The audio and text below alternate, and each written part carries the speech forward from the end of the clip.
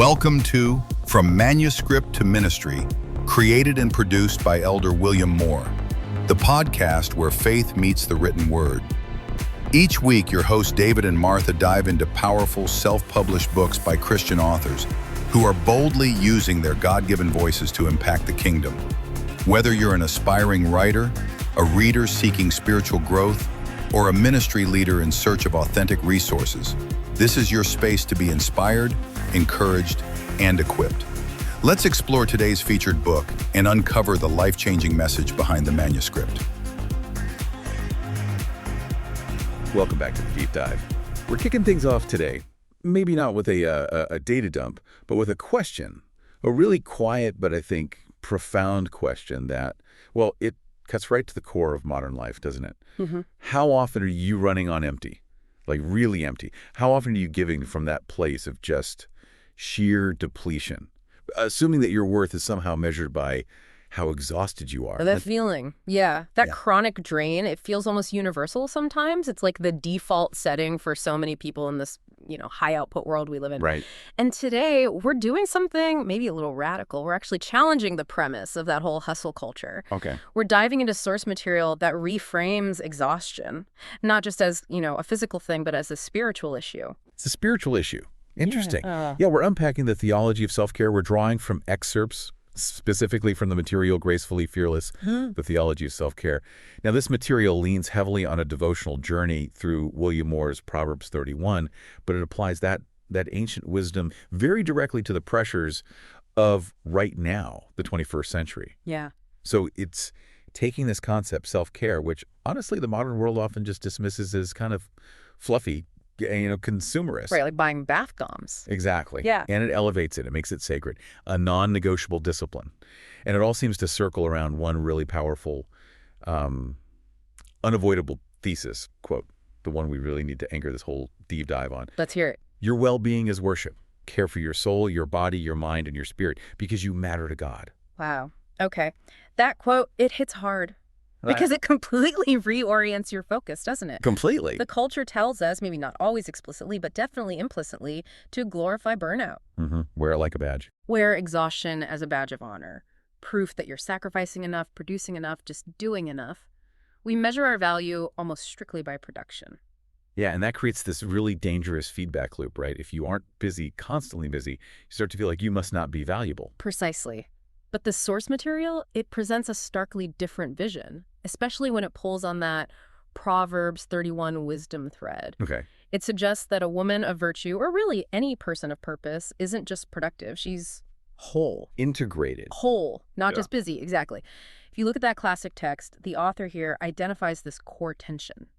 There's the vineyard out there that needs tending, the external stuff, right? The demands. But the ultimate vineyard, the one that actually generates all the fruit, that often needs tending first, is the self. So the vineyard needing the most attention is often inside. That's the argument. And our mission today really is clarity. We need to unpack this shift in theological perspective. Yeah. We need to move self-care out of that superficial, transactional, treat yourself zone. Yeah, get it out of the spa category mentally. Yeah. And place it firmly where this material argues it belongs, in the category of sacred discipline, as disciplined, thoughtful stewardship of the very temple we were given.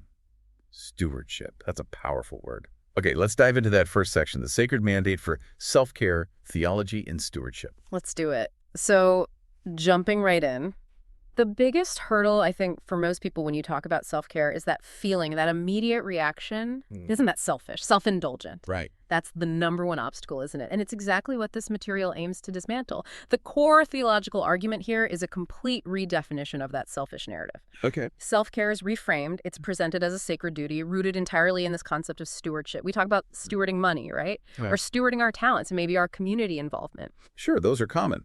But the source material asks us to consider the most foundational asset we're responsible for, this vessel we inhabit, this life we were given, and stewardship in a sacred context. Right. It's not really about ownership, is it? It's more like management on behalf of the owner.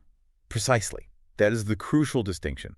We are managers, not owners, of our bodies, our minds, our spirits. Think about it this way. If someone entrusted you with a priceless, incredibly valuable piece of equipment, say a $100 million surgical robot, Okay, high stakes. You wouldn't just run it into the ground, 247, without any maintenance, without the right fuel, without scheduled downtime, would you? Of course not. That would be negligence. Malpractice even. Yeah. Exactly. You'd see neglecting that machine as a serious failure of stewardship, something that diminishes the owner's asset. So the argument follows to neglect your mind or your emotions or your physical health because you think the owner demands constant production regardless of maintenance. Well, that's a fundamental misunderstanding of the agreement, Yeah. of the stewardship contract.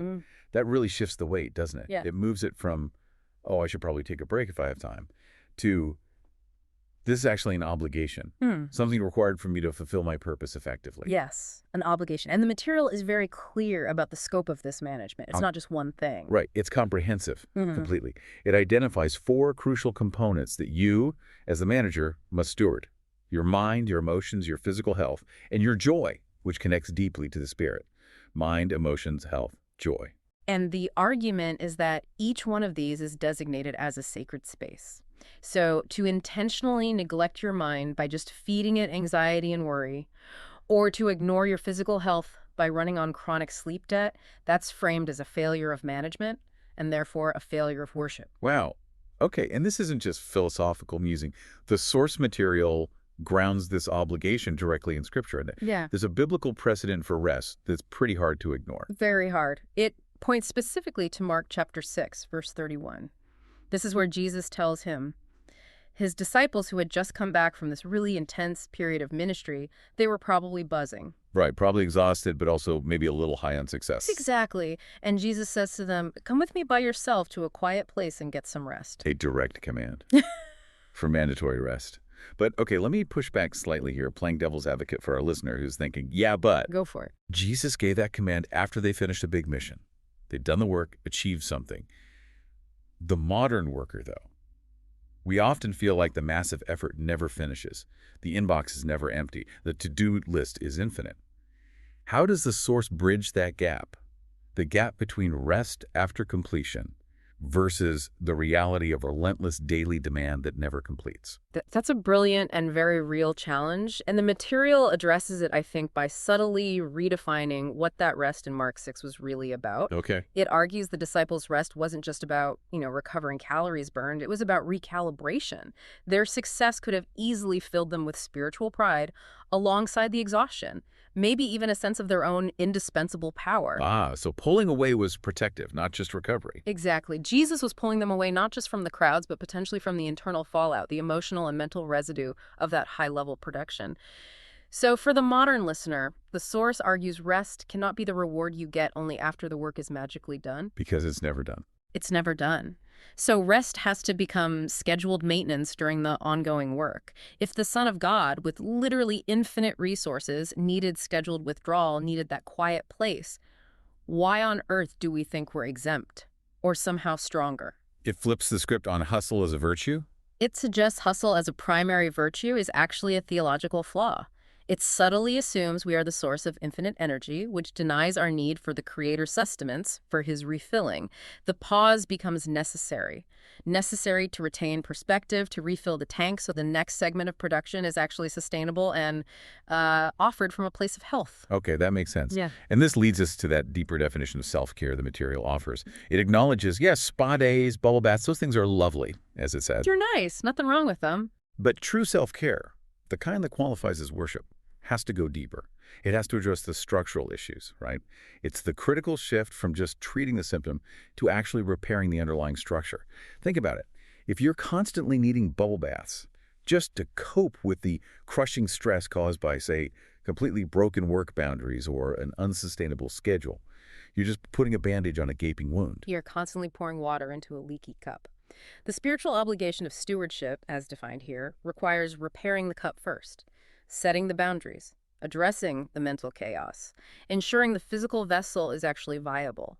It's about recognizing that depletion isn't just inconvenient. It's a spiritual reality that demands proactive structural care, not just reactive pampering. Proactive structural care. Right. Okay, that's a great transition into the first of those 4 elements you mentioned, the mind. Section 2, renewing the mind, focusing on that internal landscape. Mm-hmm. The source grounds this with a call to focus on mindset over manufacturing. Tell us about that. Absolutely. The mind is framed as the command center, really. It's where your purpose gets defined, where strategy is forged, and crucially, where peace is either cultivated or, frankly, destroyed. The operating system. Yeah. Exactly. And the scriptural anchor here is powerful. Romans 12, verse 2. The command to be transformed by the renewing of your mind. This isn't just about avoiding obvious bad thoughts. It's presented as an active, daily responsibility. You have to curate your thought life. Curate it. Like a garden. Like a garden. Because, as the source suggests, the mind is a sacred space. And if that space is perpetually polluted with destructive thought patterns, the rest of the temple, your body, your emotions, your spirit, suffers immediate systemic damage. And that pollution, it comes in some very specific kind of insidious forms today, doesn't it? The source actually lists what it calls the cognitive thieves, the things that dominate our headspace and steal our peace. They do. They sound simple, but they are incredibly effective at draining our spiritual and mental resources. And they're so common because they feed directly off that pressure cooker hustle culture we just talked about. So what are they, these thieves? The source identifies 4 primary ones: worry, shame, imposter syndrome, and overwhelm. Worry, shame, imposter syndrome, overwhelm. Okay, let's maybe break down the mechanics of those a little. How do they operate? How does worry function as a thief? Worry. It's essentially spiritual pre-suffering, isn't it? It's mental time travel into a negative future. You project these worst-case scenarios, and then you mentally rehearse your response to them over and over. Exhausting. Incredibly exhausting. The source argues worry consumes your mental energy just as intensely as if you were physically tackling the problem right now, but without any benefit of actually solving anything. It's maximum effort, zero productive outcome, and it leads directly to that chronic fatigue and anxiety so many people feel. Okay. Then there's shame, which often feels heavier, like an anchor. It is an anchor. If worry is obsessed with the negative future, shame is chained to past failures. It defines your entire identity based on mistakes you've made. The source literally calls it the spiritual anchor because it prevents you from moving forward. How does it prevent movement? When shame is dominating your thoughts, you divert enormous mental energy into self-protection, hiding, trying to achieve impossible perfectionism to cover up the perceived flaws. Instead of engaging with your present purpose, you're stuck looking backward or covering up. Okay. The third thief, imposter syndrome. We hear a lot about this, especially in high-achieving circles. Yes, imposter syndrome is that persistent internalized fear of being exposed as a fraud. Despite external evidence of your competence, you feel like you're faking it. And spiritually. Spiritually, it undermines your current efforts because you're constantly looking over your shoulder. You're terrified. Your success is just luck, not maybe God's grace or your actual gifting. It forces you into this cycle of overperforming just to mask the perceived inadequacy, which of course leads to exponential burnout. And the fourth one, overwhelm, feels almost like the inevitable result of the other 3 piling up. It really is. Overwhelm is when the system just shuts down. The processing capacity is maxed out. When your mind is flooded with worry about the future, shame about the past, and this constant fear of exposure, the system crashes. Like a computer freezing. Exactly. It's the mental equivalent of a computer cache hitting 100% capacity. It just can't execute any more commands. And the spiritual tasks of the day, connecting with God, serving others, finding peace, they become impossible when the mind is just choked with noise and overload. So the source implicitly asks you, the listener, to pause right here to really consider which of these thieves, maybe more than one, is currently dominating your thought life. Because the invitation, the divine invitation, is into a thought life that reflects peace. But, and this is key, the source says this peace requires practice. Active practice. It's not the default setting for most of us. No, it requires active, structured intervention. And here's where it gets interesting. The material defines the necessary actions, the practices needed to cultivate peace, as spiritual disciplines themselves. Yeah, that's a crucial link. We usually think of spiritual disciplines as, prayer, fasting, Bible study. Right, the traditional list. But here, practices like journaling, seeking therapy, setting boundaries, and observing Sabbath are given the exact same spiritual weight. Let's dig into that connection. Because, for example, setting a boundary, that can sometimes feel anti-spiritual, can't it? Especially if you've been taught to always prioritize service, always say yes, love your neighbor. Isn't setting a boundary basically saying, my needs matter more than yours in that moment? That's the tension. Exactly the tension this material seeks to reconcile. The argument presented is that service offered from a place of utter depletion isn't really effective service. It often becomes resentful service or unsustainable service. The mandate to serve isn't a mandate for self-destruction. In fact, the logic follows. If you manage your own vessel poorly, if you let it run down completely, you become incapable of sustained, joyful, effective service. Therefore, setting a boundary may be saying no to something, even something good becomes an act of stewardship. It preserves your capacity to love and serve well in the long run. So the boundary isn't just about protecting yourself. It's about protecting the quality and sustainability of your offering to others. Precisely. It's a declaration, in a way, that your inner peace and the health of your mind, that sacred space, matter. They matter more than maybe external approval in that moment or the illusion of infinite production. Okay, and the other practices? Journaling, therapy. Look at journaling. It's framed as a deliberate act of externalizing that internal chaos we talked about. Getting the swirling thoughts out of your head and onto paper literally helps clear the mental cache. Makes sense. And therapy. It's positioned as the process of inviting qualified accountability and expertise into that sacred space of your mind. Someone to help you see and dismantle those ingrained patterns of worry or shame that you often can't see clearly yourself. These aren't just secular self-help tools. The Source frames them as active spiritual labor aimed at that Romans 12 transformation. Renewing the mind through practical action. Yes, and then of course the Sabbath, which becomes the ultimate discipline in this context. A weekly, divinely mandated rest for the entire system, mind, body, soul. Why is Sabbath so critical here? Because it's the ultimate recognition that the world will, in fact, not fall apart if you stop producing for a day. A radical thought for many, isn't it? It's a weekly declaration of faith that God is still in charge, and your ultimate worth is not tied to your Sunday output, or your Saturday output for that matter. The Sabbath is positioned as the spiritual pause button. It actively teaches your whole being, body, soul, mind, how to receive rest, how to receive grace, rather than constantly striving and producing. It directly combats all four of those cognitive thieves by forcing a halt to the input, forcing rest from the anxiety loop, a forced unplug to reconnect. Okay, this clarity we hopefully gain from renewing the mind, it needs to be paired with commitment to our physical form, right? Let's move to section 3. Honoring the vessel and healing the soul, starting with the body. The physical vessel, the Source is really unwavering here, grounding this in that famous passage, 1 Corinthians 6:19-20, calling the body the temple of the Holy Spirit. Yes, and this is where that stewardship conversation becomes intensely practical, intensely tangible. The material makes an immediate and I think critical clarification right at the outset. Which is, honoring the body, in this theological framework, is explicitly not about superficial or cosmetic goals. It states clearly, this isn't about striving to be a size 2 or running marathons unless that brings you genuine joy and health, or chasing some arbitrary societal beauty standard. It's not about looking good, it's about functioning well, honoring the vessel itself. Exactly. It's about ensuring the physical structure, the house that holds your mind and spirit, is actually capable of fulfilling that management mandate we talked about.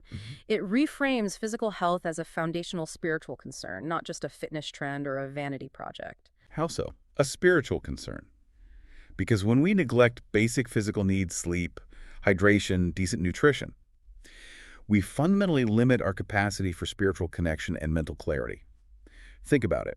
It's practically impossible to feel genuinely peaceful or connected if your nervous system is constantly jacked up on cortisol because you haven't slept properly in weeks, or you're living on caffeine and sugar. Yeah, the physical state definitely impacts the mental and emotional. Directly. So the material offers this really potent self-assessment tool it calls the soul check. Just a few pointed, foundational questions about your body's basic functional status. Okay, what are these questions? They're deceptively simple, but they cut deep when you answer them honestly. Are you sleeping? Really sleeping? Are you hydrating properly? And this one's powerful. Are you feeding your body, or are you merely using food or maybe other substances to numb your pain? Oof, that third one. Feeding your body or numbing your pain. That hits close to home for modern living, doesn't it? It really does, because numbing pain, whether it's through comfort food or excessive caffeine to push through fatigue, or just staying frantically busy to avoid feeling, suggests the body isn't being honored as that sacred temple. It's being used more like a disposable coping mechanism to sustain an unsustainable life. Instead of being cared for respectfully. Right. True stewardship, the Source argues, involves respectful feeding and, crucially, adequate rest. If you are chronically sleep-deprived, you are actively degrading the health of the vessel God gave you. You're making yourself far more susceptible to worry, to emotional chaos, to cynicism, to just feeling disconnected. Okay, I have to push back again slightly just on the sleep issue. Yeah. Because for so many listeners, parents of young kids, CEOs, primary caregivers, Sleep feels like the only expendable resource. It's often the first thing sacrificed, not out of disrespect, but out of perceived necessity. How does the Source elevate sleep from what feels like an elective luxury to a spiritual necessity? That's a fair and vital question. It does so by defining chronic sleep deprivation not just as a health problem, but as a spiritual vulnerability. A spiritual vulnerability. Explain that. The argument is that when we are physically depleted to that extent, our emotional regulation capacity is severely compromised. Our resilience, our ability to resist those cognitive thieves we talked about, especially worry and shame, just plummets. You're more susceptible when tired. Much more. Think about it yourself. When you're exhausted, are you your most gracious self? Are you patient? Are you easily accessing gratitude? Probably not. You're more likely to be irritable, easily frustrated, less able to handle setbacks peacefully. So the material suggests that skipping sleep habitually to get more done is actually counterproductive spiritually. It sabotages your capacity for virtue, for peace, for patient contribution, which leads us right to that really powerful, almost countercultural observation the Source makes. Sometimes the most spiritual thing an individual can do is take a nap. Isn't that beautiful? It just cuts right through that effort-based, striving model of spirituality we often fall into. Yeah, the idea that if I'm tired, I should just pray harder or read more scripture or push through. Right. But the Source argues no. If your physical vessel, your temple, is fundamentally compromised by exhaustion, the most profound act of worship and stewardship in that moment might actually be the physical restoration of that vessel through rest. A nap becomes an act of obedience. Obedience. How so? It's an acknowledgement of your finitude. It says, I am not the infinite source of energy. I am dependent. I need renewal. It's the practical application of recognizing you're the manager, not the owner. You're tending the equipment entrusted to you. Wow. Taking a nap is an act of faithful management. Yeah. Okay. Now, let's pivot from the physical body to the emotional landscape. Part B here. Embracing emotional wellness, which the material calls the seat of the soul. Yes, the soul. And this section tackles a really crucial error that, unfortunately, often permeates spiritual communities. Which is? The error of trying to spiritualize everything away while ignoring our basic, sometimes messy humanity. The soul is defined here as the seat of our emotions, our deepest feelings, our affective life. That includes our fears, our joys, yes, but also our sadness, our doubts, our anger, our frustration. And we're often taught, maybe implicitly, that mature faith means suppressing those negative emotions, right? Like feeling sad or anxious means you lack faith. Exactly. As if doubt or sadness are somehow offensive to God. But the material offers this profound sense of permission to feel. It makes it crystal clear. God is not threatened by your sadness. He's not intimidated by your tears or your questions. It's okay to not be okay. It's more than okay. It's a foundational spiritual necessity to be able to pause and honestly say, you know what? I'm not okay right now. The path to genuine healing, emotional and spiritual, always begins with that kind of acknowledgement. We aren't meant to be stoic, unfeeling robots. What happens if we try to be? If we just bottle it up? The Source suggests that if we bottle up the pain in the soul, if we try to just plaster over legitimate grief or stress or anger with superficial declarations of, I'm fine, I'm blessed, that unprocessed emotion eventually manifests somewhere else. It might show up as physical ailments or mental health struggles or destructive behaviors or strained relationships. Emotional honesty is presented as an act of sacred stewardship over the soul itself. And there's scriptural comfort offered here too, right? Psalm 34.18, a beautiful anchor. The Lord is close to the brokenhearted. That closeness implies presence with the brokenness, a willingness to engage with our pain, not a demand that we fix ourselves before we can approach him. He meets us where we are, even in the mess. Exactly, and that divine engagement, that permission to feel, leads to what the Source defines as specific actions for soul care. And these actions, they often require far more courage and real spiritual labor than, say, taking a bath or getting a massage. Okay, what kind of actions are we talking about? Self-care for the soul, in this context, often looks like really challenging things, like saying no. We talked about boundaries protecting the mind, but they profoundly protect the soul's energy, too. It might look like leaving a toxic relationship, which requires immense emotional strength and boundary enforcement. And critically, it involves practicing forgiveness. Forgiveness of others, obviously, but the Source emphasizes something else, too. Yes, forgiveness of oneself, which is often the hardest part. Why is self-forgiveness framed as such a critical act of soul care here? It feels almost selfish sometimes to forgive ourselves easily. It feels counterintuitive, maybe. But think back to shame, that spiritual anchor we discussed.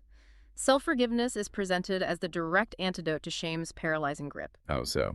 When we refuse to forgive ourselves for past mistakes, even after seeking forgiveness from God or others, we're essentially declaring on some level that the grace offered or the atonement made isn't quite sufficient for our particular flaw. We hold on to the punishment. This traps the soul, this perpetual loop of self-condemnation and paralysis. So forgiving yourself isn't letting yourself off the hook. No. It's an act of alignment. It's accepting the grace that's already been offered. It's releasing the shame that binds the soul and prevents it from moving forward into health and purpose.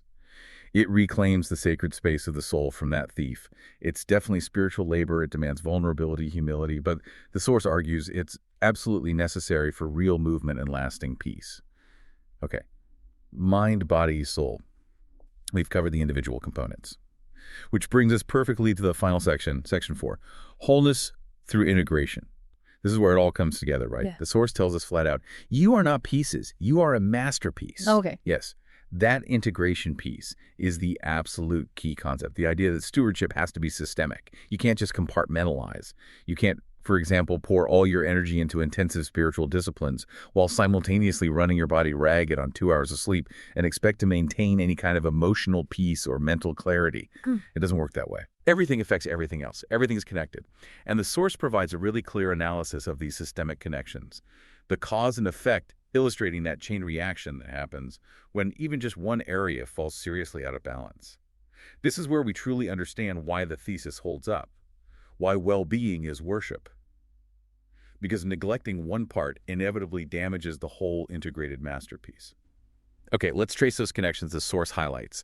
How does a breakdown in the mind, say chronic worry, directly impact the body? Well, first off, a cluttered, worried mind causes immediate physical fatigue. Think about the physical toll of ongoing anxiety. Your body doesn't really differentiate between the perceived threat of a looming deadline or a difficult conversation and the ancient threat of, say, a tiger chasing you. The stress response is the same. Exactly. When your mind is constantly running those what-if scenarios, spinning on shame, replaying worries, your body reacts physiologically. Stress hormones like cortisol flood your system, muscles tense up, digestion can be inhibited, and you experience real physical exhaustion, even if you've just been sitting at a desk all day. The internal conflict literally burns physical energy. Okay. Mind impacting body. Yeah. What about the link between a spiritual disconnect and emotional chaos? The argument here is that when the spirit, which you could define as our sense of connection to purpose, our connection to God or something greater, our ability to receive grace and feel grounded when that part is neglected, the soul is left feeling exposed, untethered, unprotected. Like a ship without an anchor in a storm. That's a great analogy. That spiritual vacuum, that lack of grounding, directly fuels emotional instability. Without an underlying principle of purpose or a sense of acceptance, every little disappointment can feel catastrophic. Normal life transitions become overwhelming. It leads directly to that feeling of chaos, maybe overreaction, the sense that you're constantly just fighting against the current, emotionally adrift. Makes sense. And the third connection, maybe the most common one we experience daily, the neglected body draining joy. Oh, this is almost a physiological certainty. When the physical temple is running on empty, deprived of adequate sleep, chronically dehydrated, poorly nourished joy is often one of the very first things to just evaporate from the system. Why joy, specifically? Joy, gratitude, patience, these are relatively high-energy emotional and spiritual states.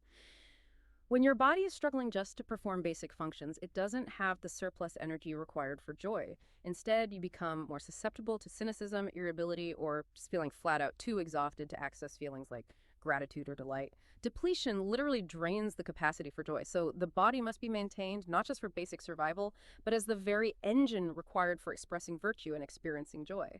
Wow, the interconnectedness is undeniable when you lay it out like that. It really drives home that overarching message of gracefully fearless you mentioned earlier. God desires wholeness for us, not just holiness. Yeah. That distinction between wholeness and holiness is absolutely pivotal. It's really the core goal of this entire theological perspective we've been exploring. How would you define the difference simply? Holiness is often interpreted, perhaps too narrowly sometimes, as primarily about moral perfection or faultlessness. It can become focused on a list of don'ts, what we must not do to remain pure. Wholeness, on the other hand, as presented here, implies integration, health, repair, optimal function across all four of those domains: spirit, soul, body, and mind. So it's about being fully functional, fully human. fully functional, fully human, and therefore fully available for your God-given purpose. The argument is you actually cannot be sustainably holy in the richest sense of reflecting God's character if you are fundamentally broken, depleted, and fragmented. Wholeness becomes the necessary prerequisite for sustainable holiness and service. And the source uses that beautiful reference from Psalm 23 to illustrate the depth of this care God offers, pointing out the crucial difference between mere repair and true restoration. Yes, that's such a powerful point. Psalm 23 doesn't say he repairs the soul. It says he restores my soul. We really need to pause on that word, restore, because it carries profound theological weight. Okay, break down the difference. Repair versus restoration. Repair suggests fixing a broken part. It's often about symptom management. A quick patch to get something functional again, like, gluing a crack in a cup or replacing a single worn-out tire on a car. If you feel stressed, repair might look like taking an aspirin or grabbing an extra cup of coffee to push through. It's functional, but maybe not optimal. Right. It addresses the immediate problem, but maybe not the root cause. Restoration, however, that's a much more ambitious, holistic goal. How so? Think about architectural restoration. When experts restore a great masterpiece painting or a historic building, the goal isn't just to fix the leaks or patch the paint. The goal is to return it as closely as possible to its original intended full splendor. Honoring the artist's or architect's original design, using appropriate materials, addressing foundational issues like rot or structural weakness. Restoration implies systemic, deep care that addresses the underlying degradation, aiming for the original glory. So, when the material emphasizes that God restores the soul, it's implying the care he offers isn't just a quick fix. It's complete, it's deep. It honors the original, maybe even perfect design he created you with in the first place. That's the implication. We're invited to return to a baseline state of peace, integration, and potential that maybe we've forgotten we even possessed, or maybe never fully experienced because of life's damage. A return to our factory settings, in a way. In a way, yes. A return to the masterpiece he intended, and this is precisely why that guided pause analogy the source uses is so important. Accepting this kind of deep restoration requires us to actually stop the relentless production. You have to get off the assembly line for the restoration work to happen. Exactly. We need to learn, perhaps relearn, how to rest without carrying that heavy baggage of cultural guilt. How to pause without shame. That guilt and shame are direct byproducts of the production-based value system that this whole theology asks us to reject from the very beginning. You simply cannot receive deep restoration while you're simultaneously still trying to chase infinite production quotas. So it sounds like maybe the ultimate act of faith, in this context, is trusting enough to step off the treadmill. Stepping off long enough for the restoration process to actually begin. It is the ultimate act of yielding, isn't it, of surrender. And the beauty of the source material here is that it doesn't just leave us floating with these grand theological concepts. It grounds this huge idea of restoration in very accessible, very practical, almost deceptively simple restoration actions for the listener. It proves that true stewardship, true participation in our own restoration can start incredibly small. Okay, let's list those specific restorative actions the source suggests, because they really show how immediate and, frankly, manageable this kind of stewardship can be, how easily we can weave it into daily worship, daily well-being. They're wonderfully concrete, and notice how they touch on the different domains we discussed. 5 minutes of silence, just 5 minutes.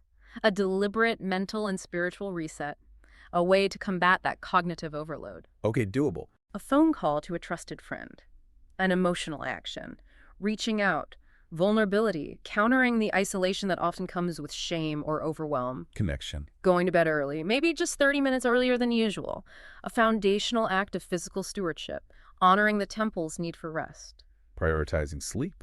drinking more water, simple, basic physiological requirement. You need fuel to run the engine efficiently. Hydration. Often overlooked. Reading more scripture, even just one verse, a direct spiritual discipline anchoring the soul in truth, purpose, and grace. Spiritual nourishment. And finally, number 6, or simply saying no. That immediate act of boundary setting. Reclaiming your sacred space. Protecting your energy. Wow. I love how actionable that list is. None of those require a big budget or a week off work. They're immediate small acts of, you could say, gentle obedience, gentle worship directed toward your own well-being, an immediate acknowledgement of that foundational truth we started with, that you matter to God and therefore your well-being is, in fact, worship. These small actions are the gentle daily work of the manager. The manager tending to the vessel, ensuring the masterpiece remains capable of reflecting light, capable of fulfilling its purpose, capable of shining. Okay, so wrapping up this deep dive into Gracefully Fearless. It's been a really powerful, maybe even necessary reminder for all of us that our well-being truly is worship. Mm-hmm. The challenge then coming out of this is to consciously reject that cultural glorification of depletion, of burnout, Mm-hmm. and to intentionally honor the entire self, body, mind, spirit, and soul as that unified sacred masterpiece the Source describes. And we started by defining wholeness as the ultimate goal, not just surface-level fixes. And we established that the deepest level of care God offers is restoration, not just repair. Restoration implying that return to an original, intended, perhaps even perfect state. Right. And that idea of restoration, of returning to an original design, leads us directly into our final provocative thought for you, the listener, to carry forward this week. It builds directly on that profound insight. Okay. If restoration truly means returning something to its original intended state, this raises a really challenging, maybe exciting, reflective question for you. What is the original state of integrated wholeness? That baseline of peace, energy, joy, connection that you were meant to embody, the state you're meant to be receiving care for. How might you even begin to define that baseline for yourself? That's a deep question, thinking beyond just fixing the current problem. Exactly. And following from that, what one small act of stewardship, maybe from that list we just discussed, or something else entirely, can you take today or this week to move just one tiny step closer toward that restored masterpiece design? Maybe try to visualize it. Visualize that fully integrated, peaceful, purposeful version of yourself you were truly intended to be. How would that restored version of you live differently? How would they pause? And maybe crucially, what would they feel confident and peaceful saying no to? Lots to think about there. Until next time, maybe take that 5 minutes of silence. Perhaps get that extra glass of water. And above all, stay gracefully fearless. Thank you for joining us today on From Manuscript to Ministry. If today's featured book encouraged, challenged, or inspired you, we invite you to take the next step, purchase a copy, and support the author behind the message. When you invest in their work, you're not just buying a book, you're sowing into good ground and helping advance the kingdom of God through faith-filled storytelling. Don't forget to subscribe, follow, leave a review, and share this episode with someone who needs it. Your support helps these powerful voices reach even further. Until next time, keep reading, keep writing, keep praying, and keep walking boldly in your calling. God is still turning manuscripts into ministries.